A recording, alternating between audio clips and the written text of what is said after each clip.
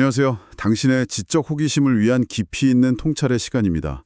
오늘은 서동원 목사님의 설교문 우리에게 대언자 파라클레토스가 필요한 이유는 이 자료를 좀 같이 살펴보려고 합니다. 우리가 왜 대언자라는 존재를 필요로 하는가 여기에 대한 이야기예요. 네. 시작하기 전에 이런 상상 한번 해보면 어떨까요? 만약에요, 당신 인생의 크고 작은 잘못들 있잖아요. 뭐 실수라든지 아니면 스스로도 좀 용납하기 어려운 그런 부분들까지 전부 다 이해해주고 당신 편에서 완벽하게 변호해주는 그런 존재가 있다면 어떨 것 같으세요? 와, 상상만 해도 진짜 마음이 놓일 것 같은데요. 든든하고. 그렇죠. 오늘 우리가 볼 자료가 바로 그런 존재, 대언자에 대한 이야기입니다. 이게 뭐 그냥 위로나 격려 이 정도를 넘어서요. 왜 우리한테 이런 존재가 반드시 필요한지 그 설교는 그걸 얘기하고 있거든요. 그 의미가 뭘지 또 우리 삶이랑은 어떤 관계가 있을지 한번 차분히 들여다보죠. 네. 이 설교에서 제일 중요한 단어가 바로 대언자인 것 같은데요.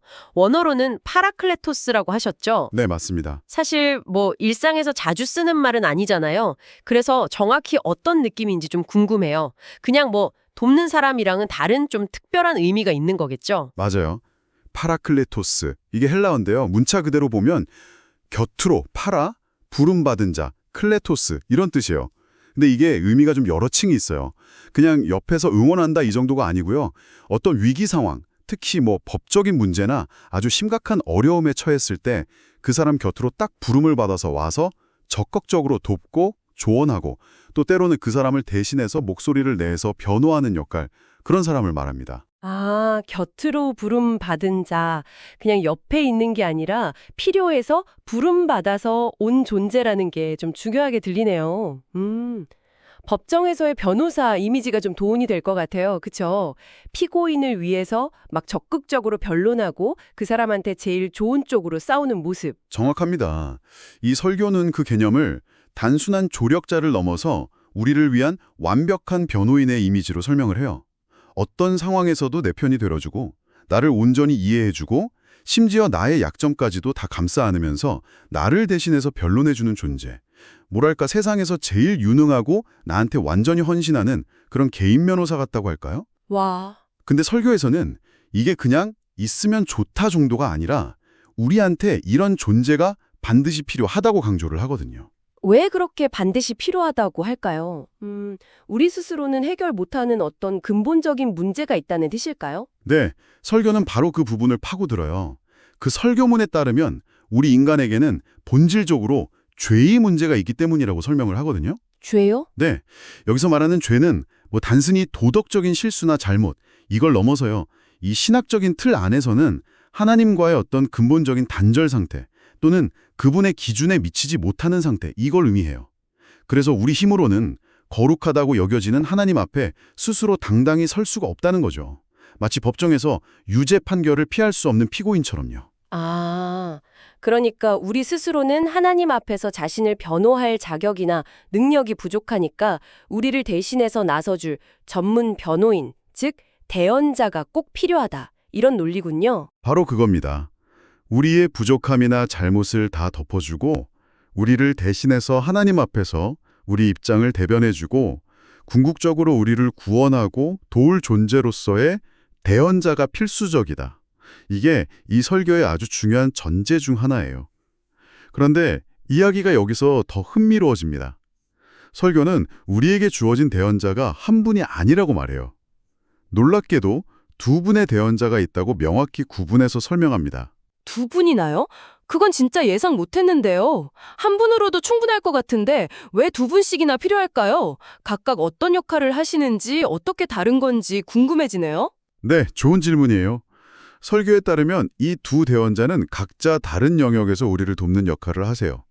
첫 번째 대언자는 우리가 이 땅에서 살아가는 동안 우리 안에 계시면서 우리를 직접적으로 돕고 위로하고 때로는 우리가 잘못된 길로 갈 때 바로잡아 주시고 또 올바른 길로 인도하시는 성령님입니다. 설교에서는 성령님을 이 땅에서의 대언자라고 부르면서 우리 삶 속에서 아주 실질적이고 가깝게 함께 하시는 분으로 그리고 있어요. 아, 성령님, 우리랑 같이 계시면서 현실적인 도움하고 인도를 주시는 분이군요. 그럼 두 번째 대언자는 하늘에 계신 건가요? 맞습니다. 두 번째 대언자는 하늘의 법정, 그러니까 하나님 앞에서 직접 변호하시는 예수 그리스도이시죠. 성령님이 우리 삶의 여정에서 동반자나 조력자 역할을 하신다면 예수님은 좀 더 근본적인 차원에서, 그러니까 우리 존재 자체와 관련된 문제에 대해서 하나님 앞에서 우리의 변호인 역할을 하신다는 거예요. 하늘 보좌 우편에서 우리를 위해 끊임없이 중재하고 변호하신다. 이렇게 설교는 설명하고 있습니다. 흥미롭네요. 그러니까 한 분은 우리 안에서 우리 삶의 현장에서 우리를 도우시고 다른 한 분은 하늘에서 우리의 근본적인 상태, 즉 하나님과의 관계를 변호하고 회복시키시는 역할을 하시는군요. 뭔가 지상팀하고 본부팀처럼 되게 유기적으로 협력하는 시스템 같다는 생각도 드네요. 네네. 근데 예수님께서 하늘에서 우리를 변호하신다고 할 때요, 구체적으로 어떤 논리나 근거로 변호하시는 걸까요? 변호에는 뭔가 명확한 증거나 변론 내용이 필요할 텐데요. 바로 그 부분이 이 설교의 어떻게 보면 클라이맥스라고 할 수 있어요. 예수님께서 우리를 변호하시는 가장 결정적이고 강력한 근거는 그분 자신이 우리를 위해 화목제물이 되셨다는 사실에 있습니다. 설교에서는 이 단어를 헬라어 원어인 힐라스모스로도 소개하는데요. 화목제물, 힐라스모스. 용어가 좀 낯설고 제물이라는 단어가 주는 느낌이 조금 무겁게 느껴지기도 해요. 이게 정확히 어떤 의미이고 어떻게 변호의 근거가 될 수 있는 거죠? 스스로 제물이 된다는 게 어떻게 법정에서 변론이 될 수 있는지 좀 쉽게 와닿지가 않아요. 네, 화목제물이라는 표현이 현대적인 사고방식에서는 다소 좀 이해하기 어려울 수 있죠. 쉽게 설명하자면요, 예수님께서 십자가에서 돌아가신 그 사건 자체를 의미하는데 설교는 이 사건을 단순한 죽음이 아니라 우리의 모든 죄값, 그러니까 하나님과의 관계를 딱 끊어버린 그 근본적인 문제에 대한 대가를 남김없이 대신 치르신 행위로 해석을 해요. 죄값을 대신 치르셨다는 건 마치 우리가 진 빚을 대신 갚아주셨다? 뭐 이런 비유로 이해하면 될까요? 예, 그 비유가 도움이 될 수 있습니다. 우리가 도저히 갚을 수 없는 엄청난 영적인 빚을 지고 있는데 예수님께서 자신의 생명이라는 값을 치르고 그 빚을 완전히 청산해 주셨다는 개념이죠. 이 신학적인 틀 안에서 보면요, 이 희생은 하나님의 공의, 그러니까 정의로운 요구를 만족시키는 동시에 우리를 향한 사랑을 보여주는 행위예요. 이걸 통해서 죄 때문에 깨졌던 하나님과 우리 사이의 관계가 회복될 수 있는 길이 열렸다. 이게 설교의 핵심 주장입니다. 아, 그러니까 예수님은 하늘 법정에서 제가 이 사람의 모든 죄값을 이미 제 생명으로 다 치렀습니다. 그러니 이 사람은 더 이상 정죄받을 이유가 없습니다. 이렇게 딱 주장하시는 거군요. 그 징도가 바로 십자가에서의 희생, 즉 스스로 힐라스모스가 되신 사건 자체고요. 정확하게 이해하셨어요. 자신의 희생 그 자체를 우리를 위한 변호의 가장 강력하고 반박할 수 없는 증거로 제시하시는 거죠. 이보다 더 확실한 변호는 없을 거라고 설교는 이야기합니다. 변호인이 피고인의 죄값을 아예 대신 치러버린 셈이니까요. 스스로의 완전한 희생을 통해서 우리를 변호하신다. 정말 놀랍고 어떻게 보면 좀 충격적인 방식의 변호네요. 여기에는 정말 엄청난 사랑하고 자기 포기가 있어야만 가능한 일일 것 같아요. 맞습니다. 설교는 이 지점에서 한 걸음 더 나아가요. 예수님의 이 희생, 즉 우리 죄를 대신 갚아주신 이 속죄의 효력이 특정 집단에게만 딱 한정되는 게 아니라는 점을 아주 강력하게 강조합니다. 그래요. 저는 보통 기독교에서 말하는 구원이나 속죄는 그 종교 믿는 사람들한테만 해당되는 거라고 그냥 막연하게 생각해 왔는데요. 그게 아니라면 이 효력은 누구를 위한 건가요? 설교는 예수님의 화목제물이 온 세상을 위한 것이라고 명확하게 선언해요. 여기서 사용된 헬라어가 홀로스호 코스모스인데요. 이게 아주 중요한 표현입니다. 단순히 지구상의 모든 사람이라는 의미를 넘어서는 개념이에요. 홀로스 호코스모스.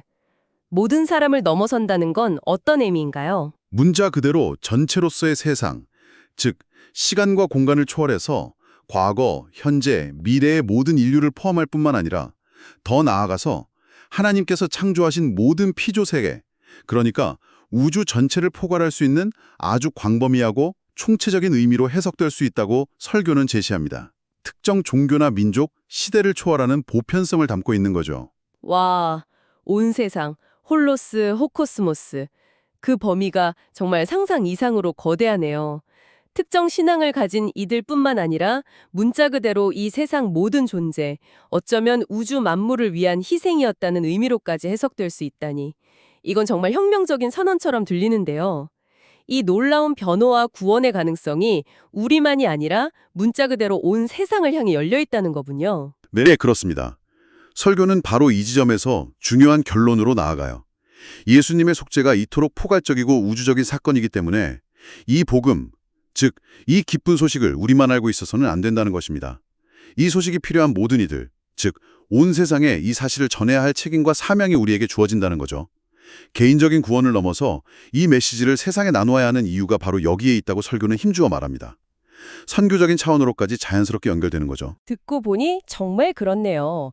만약 이 이야기가 사실이라면 이렇게 엄청난 규모의 좋은 소식을 특정 그룹만 독점하거나 숨겨두는 것은 좀 이치에 맞지 않겠어요. 그 보편적인 성격 자체가 나누라는 메시지를 담고 있는 것 같아요. 오늘 우리는 서동원 목사님의 설교문을 통해서 대언자, 파라클레토스라는 개념을 중심으로 깊은 이야기를 나눠봤습니다. 우리에게는 두 분의 완벽한 변호인이 있다는 사실, 즉 이 땅에서는 성령님께서 우리 삶 속에서 늘 함께 하시면서 돕고 인도하시고 네. 하늘에서는 예수 그리스도께서 자신의 완전한 희생, 힐라스모스를 근거로 우리를 끊임없이 변호하고 계시다는 것.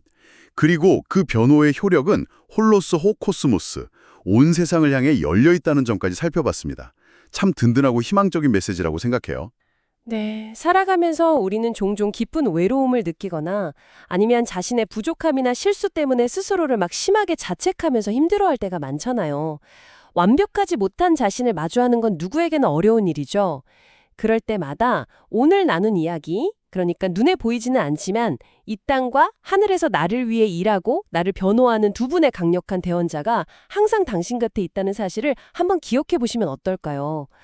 이살교가 전하는 메시지처럼 당신은 결코 혼자가 아니고 당신의 가치는 실수나 부족함 때문에 훼손되지 않는다는 그 관점이 오늘 당신에게 작은 위로와 새로운 힘을 줄 수 있기를 바랍니다. 그렇죠. 이 설교가 제시하는 관점에서 본다면 우리의 가치는 우리의 행위나 상태에 달려있는 게 아니라 우리를 위해 기꺼이 희생하신 그분의 변호에 근거하는 셈이니까요. 오늘 나눈 이야기들이 당신의 생각에 작은 파장을 일으켰기를 바랍니다. 자, 이제 마무리할 시간인데요. 오늘 나눈 온 세상을 위한 변호라는 개념을 생각해보면 이런 질문이 떠오릅니다. 만약 이 대언자의 변호가 정말로 나 개인을 넘어서 온 세상을 향한 것이라면 그것은 우리가 세상을 바라보는 방식, 그리고 다른 사람들과 관계를 맺는 방식에 어떤 변화를 요구하는 걸까요? 이미 변호받은 사람으로서, 그리고 그 변호가 모두를 향한다는 것을 아는 사람으로서 살아간다는 것은 구체적으로 어떤 모습일지 한 번쯤 깊이 생각해 보시는 것도 의미 있을 것 같습니다. 당신의 지적 여행에 저희가 함께했습니다. 다음 시간에 더 흥미로운 내용으로 찾아뵙겠습니다.